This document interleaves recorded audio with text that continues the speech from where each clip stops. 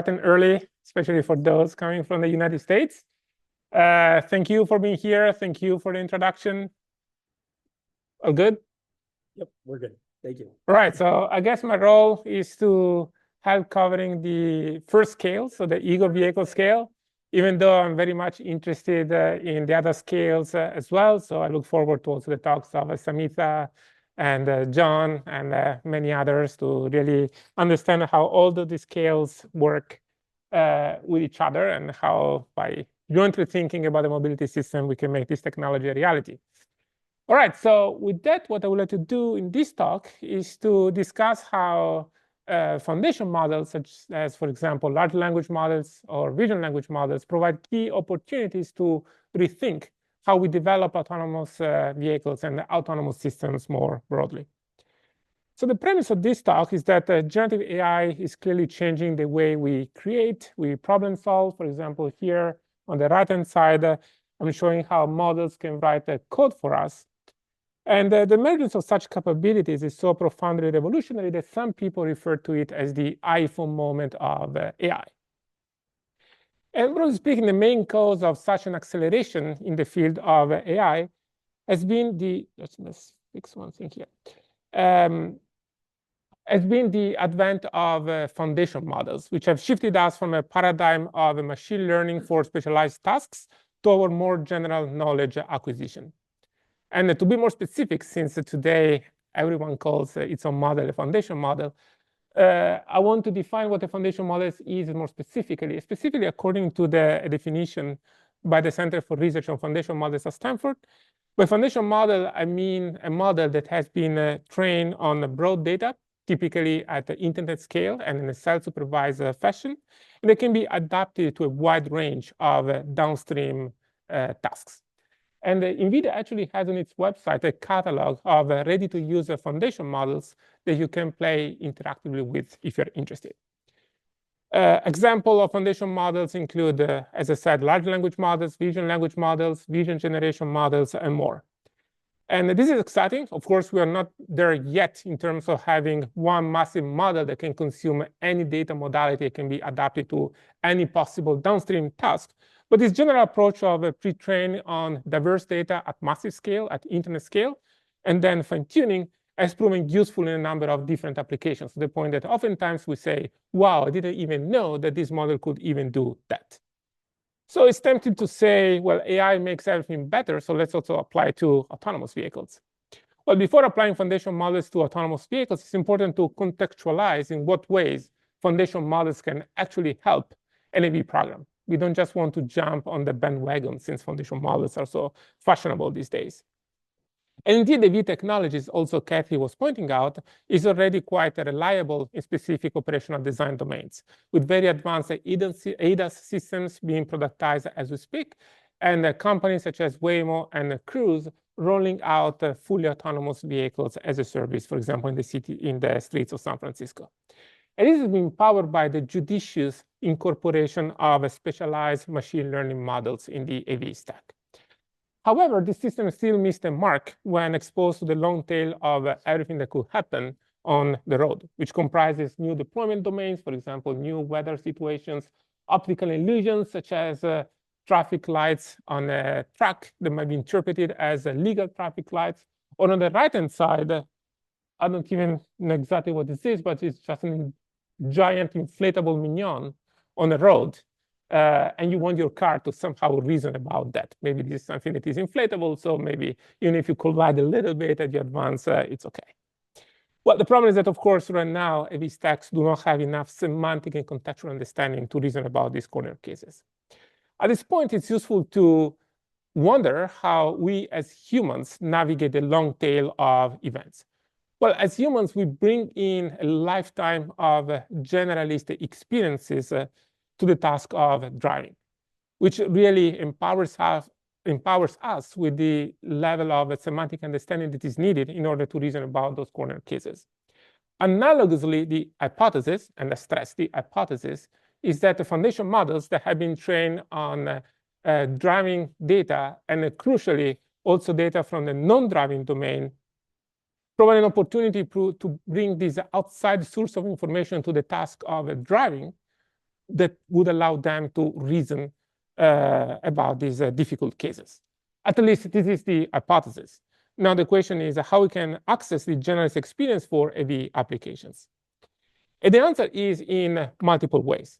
As I'll discuss in the rest of the talk, foundation model can empower several aspects of an AV program, from auto-labeling, sensor and traffic simulation, scenario generation, all the way to new, more performant driving stacks, or augmenting or enhancing existing driver assistance systems. In other words, foundation models provide opportunities to rethink a full AV program. Of course, safety is paramount, and a common concern is that foundation models cannot be safely fielded within an autonomy stack. Actually, I'll discuss that we have several tools to keep foundation models in check. But at the same time, foundation models also provide opportunity to build a safer AV system, for example, by building a semantic runtime monitors. And this is also something that I will discuss briefly toward the end of the talk. So what I will do in this talk will be first to discuss key considerations to build foundation models for AV purposes. Then I will discuss in more detail how foundation models can be used as part of an AV program. And then I will conclude with a few thoughts related to safety considerations. Now, let's dive into the topic of building foundation models for AVs. And to make sure we are all on the same page, let's define some key terminology by using multimodal large language models or multimodal LLMs as a running example. And multimodal LLMs actually provide a key prominent model for uses as part of an AV program. Specifically, multimodal LLMs work by encoding diverse inputs such as text, video, LiDAR, and other various sensor modalities into a unified latent embedding space. These latent embeddings are referred to as tokens, which can represent any unit of information, from semantic units of language to image patch embeddings to vehicle states and actions. These tokens are then processed by a backbone to generate output tokens. The backbone is typically, actually is always a neural network, typically a transformer model that processes the input tokens to generate the output tokens. And here we use a large language model backbone as an example, which auto-regressively generates the output tokens. And after generating the output tokens, we can apply the specific decoders to decode back the information from the output tokens. For example, text, images, and in the case of driving, for example, trajectories. Now, with these concepts in hand, let's talk about some of the core design principles to build a foundation model specifically for AV purposes. And at a high level, there are three core choices: data, model, and the training tasks. A foundation model can generally take diverse inputs, and this is actually one of the key advantages of foundation models. Particularly for AVs, we focus on multi-sensor data, as I said before, cameras, LiDAR, vectorized data, for example, maps and trajectories, and even intermediate output representations, such as BEV futures. On the model front, backbone choices include autoregressive models that are popular, for example, in the large language model setting, or diffusion models that are popular in the video generation setting. And finally, we split training into pre-training and fine-tuning. For pre-training, we aim to leverage unsupervised tasks that can scale up at the internet level through self-supervision. So typically text generation or video generation. The goal here is to capture general knowledge. Like, for example, for video generation, we want to capture very powerful representation of the word. And through text generation, we want to gather some level of common sense reasoning. And then for fine-tuning, we can use a variety of AV-specific supervised tasks to adapt the model to AV purposes. Multimodal LLMs, as I said before, are pre-trained on the task of text generation and represent a great candidate for an AV foundation model. Since the LLM is pre-trained at internet scale on text generation, it has strong capacity for common sense reasoning. An example of the long-tail reasoning capabilities that stem from a multimodal LLM, I'm going to show you a recent work that we presented at the CVPR, where we use an LLM, and the framework is called LADA, to help a human driver when faced with an anomalous situation, basically acting as a co-pilot.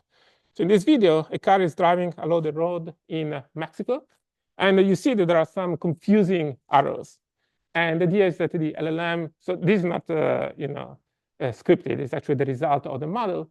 The LLM ingests this image, ingests a request from the driver about what should they do now, and then it provides as guidance, please follow the arrows and switch to the opposing lane when safe to avoid oncoming traffic.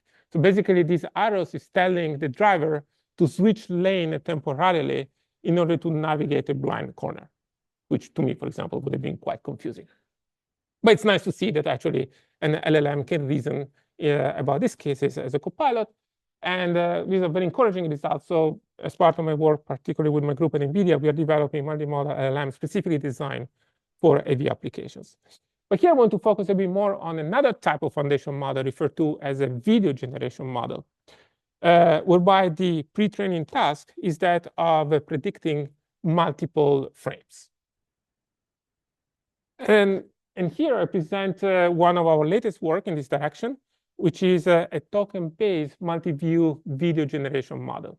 The hypothesis behind video generation models is that if you can predict accurately what will happen in the future, it means that you have gathered a very powerful representation of the world and how the world evolves, on top of which you can then build a very expressive policy network. In this model, a transformer predicts subsequent image tokens, and then a video diffusion model generates high-quality videos from these tokens. So this architecture is quite similar to the work from Wave called Gaia 1, if you're familiar with it. But one of the key advances that we made was to be able to generate multiple views in a consistent way in order to emulate views from different cameras. So for example, here I'm showing 2 examples generated by our video generation model with the 3 cameras. So this is all generated by the model. So this is not real. This is not real. This is fully generated by the AI model following the prompt template that I show below. And you can see basically the consistency between the different views. Like for example, this vehicle on the right side that is creeping in the front camera through a shadow. So this is pretty neat. And here is another example. And also you can show how accurately you can generate visual effects. Then why should you stop at 3 cameras? You can also generate 6 cameras here.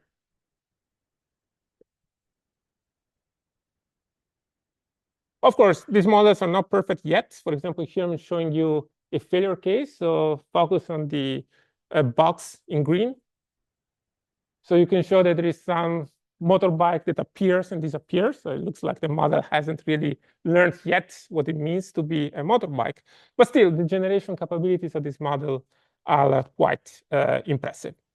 Now, this model, as I will discuss soon, can be used in a number of ways, for example, for simulation purposes, but also as a backbone of an AV stack. But more broadly, the jury is still out in terms of which foundation models is best for what. As I said before, the hypothesis behind the video generation models is that they can provide the ultimate world model. While the hypothesis behind the multimodal large language models is that they can provide some sort of a common sense reasoning capability. And of course, each one of them has advantages and weaknesses, so the grand vision is to unify them in the future and leverage their complementarities. Now, let's turn our attention to how foundation models can be used as part of an AV program. And as mentioned, they can be used in many different ways. And I will start by talking about their use in terms of offline processes, such as simulation and auto-labeling. And in this context, neural representations, such as NERVs, have emerged as an extremely powerful tool for scene reconstruction and representation. As shown in this video, our recent work, MRNerve, can decompose a complex scene into its constituent static background, dynamic objects, as well as an unestimated scene flow, providing scene reconstruction and representation in 4D. And importantly, all of this is achieved entirely through self-supervision, that is without relying on any external labels provided by humans. And with such a scene representation that is geometrically accurate, one can now simulate sensor data in a highly realistic fashion such as these resimulated multi-view RGB videos from novel unseen viewpoints, as you can see on the bottom video. Or you can also simulate other sensor modalities, for example, LiDAR point clouds. So in this way, we can dramatically reduce the scene to real gap, at least from a visual standpoint. Something that is important to recognize here is that all the agents in the scene are being replayed. So basically, we have dramatically reduced the scene to real gap from a sensor standpoint, but still there is a big gap from a human behavioral modeling standpoint. And this has motivated a lot of parallel research from my lab on building behavioral models to be used in simulation in closed loop to reason about interaction between ego vehicles and other human agents. And to date, I would say that as a community, we are very close to have reactive human agents in simulation that are quite realistic and controllable and so on and so forth. But the caveat is that to create simulations that really stress test an AV system requires a lot of manual work, for example, in terms of defining the scene with respect to which you want to stress test the system. So this is a setting where foundation models can boost our existing capabilities. Specifically, we have explored how large language models can provide an intuitive interface to controlling the generation of simulation scenarios. With our recent work, which we call LCT-Gen, we are able to not only control the evolution, but also the initialization of the simulation scenario via natural language description. So on the top row, you can see the iterative changes we can make to a simulation scenario by just typing a prompt. The one that is more interesting is probably the one on the right, where basically we ask the simulator to speed up in the same direction all the cars. And then the model, since it is dynamically informed, move the blue vehicle to a different lane to avoid the blue vehicle to rear and collide with the red vehicle. But most importantly, with this technology, we can leverage an outside source of information that is text-based, like, for example, crash reports, in order to generate simulation scenarios that are grounded in real crash scenarios. So basically, they are plausible. And so we've done that. So we have recreated all the crashes that were collected in the NHTSA siren database through this system. And here are the recreated scenarios. And of course, the generative AI here recreates the scenarios that are not quite captured by the police reports that typically tend to be quite sparse and terse. So this is very important because it allows us to kick off a data flywheel in terms of simulation by addressing a key concern that is that of a plausibility of a scenario that is created. These scenarios are going to be plausible because they're grounded in real crash scenarios. And quickly, the way that this model works is by converting a given scenario prompt into a structured representation. A detailed representation is shown here. And for this, we use a GPT-4. And this representation is then taken as an input into a map retrieval framework that selects the best fitting map with respect to the description that we have in the police report.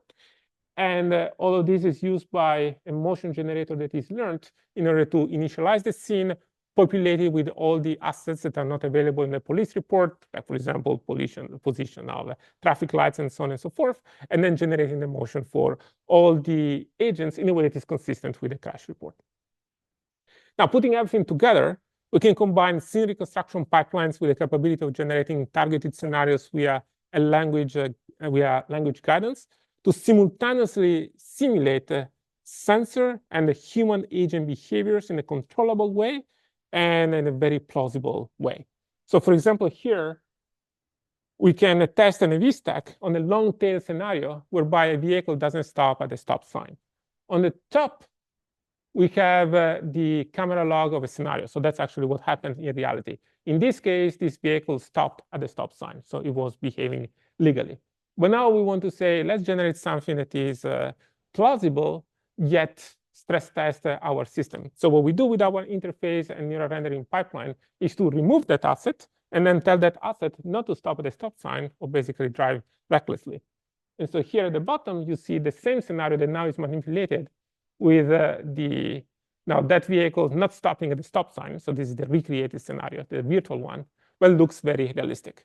So to me, this is very exciting. Until a couple of years ago, there was a significant sim-to-real gap, and simulation was used, but not to the level, to the extent we would like in a production context. Now, in the past couple of years, thanks to advantages in terms of sensor simulation and behavioral simulation, I think we are very close to embrace much more significant simulation technologies as part of an AV problem. As an additional use case, briefly, I'll mention that foundation model features can also be infused within a neural rendering pipeline, such as MNeRF, to provide very general auto-labeling tools that can automatically extract 3D and 4D knowledge. So in this example here, we lift the clip features from a 2D into MNeRF's 4D representation, and we do concept querying. In this case, we retrieve cars in a way that is very stable across time. Or we can also extract 4D semantic occupancy information, all of this in a completely self-supervised manner. And again, here the name of the game is try to get a scalability at internet level. And for that, you really need to be as self-supervised as possible. So far, I've shown how foundation models can help to rethink offline development processes. Now we'll also discuss a little bit how we can use foundation models as part of an AV stack, so basically the software on the vehicle. What I mentioned before is that the foundation models hold the promise to allow us to drive better through more generalizable reasoning. But do we have evidence for that? So we have recently explored a couple of methods for using large language models and vision language models in a driving context. One of our works, which was recently accepted at the Calm, is called Agent Driver. And basically, Agent Driver treats a large language model as an embodied agent that loosely replicates how a human drives. That is leveraging capabilities on demand, like, for example, object detection, motion prediction, mapping, chain of thought reasoning, and so on and so forth. And these different modules are orchestrated by the LLM agent by using text as a unifying interface. And remarkably, this rather straightforward pipeline, proof of concept pipeline, achieves fairly remarkable performance. So here on the top left, we show that the agent driver achieved the same performance of state-of-the-art models, like, for example, UniAD that won the CVPR Best Paper Award last year, with just 1% of data that UniAD was trained on. And of course, here there is no magic. The reason why we can only use 1% of the data is that the LLM model was pre-trained on a very large scale. So basically, we are reusing all the generalist experience that the LLM model gained for the task of driving, and we just need a little bit of fine-tuning to make it work and surpass the state-of-the-art. And we saw similar encouraging results by using vision language models as well. So this actually prompts us to look at the question of how do we best infuse a foundation model in a driving stack? We can do it in multiple ways, as the main backbone for your AV stack, as a runtime monitor, as something that only acts on some modules, and so on and so forth. So in other words, this leads us to one of my favorite topics, that is that of system architecting. AV system architecting is witnessing a resurgence of interest in the past couple of years. Traditionally, an AV stack is architected in a way that is very modular, whereby we have different functions that are mapped into modules, such as detection, tracking, prediction, planning, control, and more. And this is what most of the companies have been doing for ages. And it works well. That's one of the reasons why companies do it. And it has a lot of advantages in terms of reusability, easiness in terms of building a safety case, and so on and so forth. But it introduces some information bottlenecks, of course, between the modules. As such, an architecture, at least in its simplest form, cannot be end-to-end optimized, so it might not really achieve the possible best performance. So this has prompted researchers about 10 years ago to look at alternative architectures, one extreme of which is represented by end-to-end architecture, where loosely we have a neural network that directly maps sensor inputs into outputs. The advantage of this architecture is that, of course, you don't have information bottlenecks. It can be optimized end-to-end, and so it can achieve a level of performance that is unachievable by a modular architecture. But it has, of course, drawbacks. One of them, of course, is building a safety case for such an architecture might be difficult. And then, of course, there are issues related to domain shift and so on and so forth. So this was basically the situation until a couple of years ago. But in the recent past, thanks to advances in new optimization algorithms, the differentiable architectures, and so on, a number of new opportunities have opened up in terms of looking at a modular yet differentiable architectures that can be optimized end-to-end, but still retaining a notion of modularity, for example, in order to build a safety case. And so this opens up a huge set of opportunities along the spectrum from fully modular to fully end-to-end architectures. Now, the space, of course, is huge and encompasses the choice of modules. Which modules do we want to be represented in the architecture? The choice of representations. How do we represent information in a more implicit way or more explicit, like through vectorized representations? And the dependency among modules, or equivalently module placement. And prior work has primarily focused on the first two directions, namely choice of modules and choice of representations. And complementing this line of work, we have recently explored the third aspect mentioned earlier, that is that of understanding the dependencies, the optimal dependencies across modules. So, for example, should occupancy prediction explicitly depend on motion prediction? And to systematically explore this huge design space along all of these dimensions, in a paper that we recently presented at the CVPR, we proposed a computational graph paradigm to model the general driving task. And with this paradigm, we can reason about different architectural choices, for example, in terms of which modules to use, how to place them, and how to chain them. And I'm quite excited about this work because it provides one of the very first tools to systematically explore the design space. Thanks to this framework, we show that something that is perhaps a little bit surprising. So it turns out that one of the simplest design, a fully parallelized AV architecture, appears to be the best one in terms of both the performance and efficiency.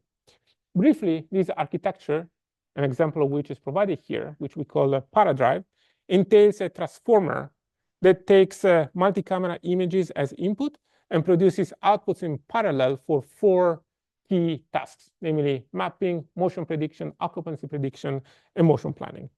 Importantly, paradrive follows the principle of train heavy and infer light.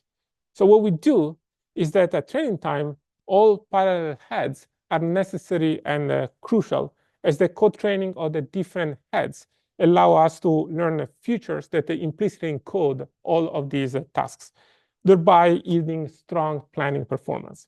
But online, one only needs to activate the motion planning head, thereby achieving significant performance gains. And in head-to-head comparison with state-of-the-art academic models, we show that this architecture runs faster and it is safer. And another advantage of this architecture is that it retains some level of introspection and interpretability options, as since the auxiliary heads, like for example, mapping or motion prediction, could be exercised perhaps at a lower frequency in order to enact consistency checks from a safety standpoint, or to get a glimpse of what the model is thinking. So this also allows a separation of time scale in a decision-making pipeline. So crucial to our discussion, paradrive is built from the ground up to be deeply integrated with the foundation models. And here I will show a first prototype depicted here, where the backbone is represented by a video generation model similar to the one that I presented to you before. Namely, the model encodes and tokenizes the camera images through a GPT backbone, a Llama 3 backbone, and is trained to predict ego trajectories in an autoregressive fashion. And optionally, is also trained to detect objects. At the training time, the model is additionally tasked with generating videos in order to learn a strong visual representation on top of which we can learn a policy head. So you can see this as a sort of minimalistic instantiation of paradrive, whereby the backbone is provided by a video generation model. So we have been testing this end-to-end model in closed loop within the neural rendering pipeline that I showed before. So these are not real videos. These are read videos in our neural rendering pipeline. And the results actually been extremely encouraging. So we are in the process of fitting this model on the NVIDIA test vehicle in a month or so. So let's talk about safety, and this will take about 30 seconds. So of course, there are a lot of concerns about using foundation models as part of an NAV stack. And my main message here, and I don't have time to elaborate this message, but we can talk about it more later, is that foundation models are not black magic. They're just data-driven models, or by large, but they're data-driven models, and the automotive community has years of experience in terms of productizing data-driven models. And we have several tools to keep these models in check, which basically entail guardrails at design time, runtime, as well as in terms of verification and validation pipelines. Where again, foundation models can be helpful, for example, in terms of generating new stress test scenarios. But the point I want to make here, the last point, is that the foundation models also provide opportunities to build a safer system.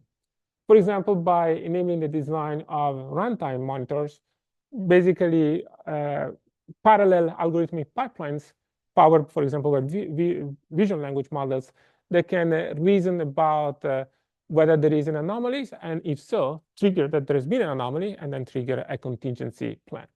I don't have to discuss this here, but if you're interested, I will provide a talk on this topic this afternoon in a parallel workshop. So sorry for advertising another workshop, but if you're interested, I'll give a talk more on the safety side of things this afternoon. So to conclude very quickly, foundation models provide new opportunities to rethink an AV program by providing a quantum leap in terms of generalization capabilities. There is not a single foundation model that is correct. There are many of them, and each one has pros and cons and can be used in different ways as part of an AV program. But the main message here is that while foundation models are oftentimes discussed in the context of the software of the vehicle, I think there is an equal, if not larger, number of opportunities in terms of offline processes, from simulation to data curation, and basically kicking data flywheels, for example, for safety validation, and so on and so forth. And on the safety side, unfortunately, I didn't have time to go too much into the detail. But my main point is that, yes, we have tools to keep these models in check. But at the same time, these tools also provide new opportunities to build safer systems, for example, through runtime monitors that are more semantically grounded. So I will end my talk here. I will acknowledge all my collaborators at Stanford, NVIDIA, and in particular, a cross-team effort at NVIDIA called AlphaMayo, whose job is that of standing up end-to-end architectures based on video generation models and vision language models. All right, happy to answer any questions you might have.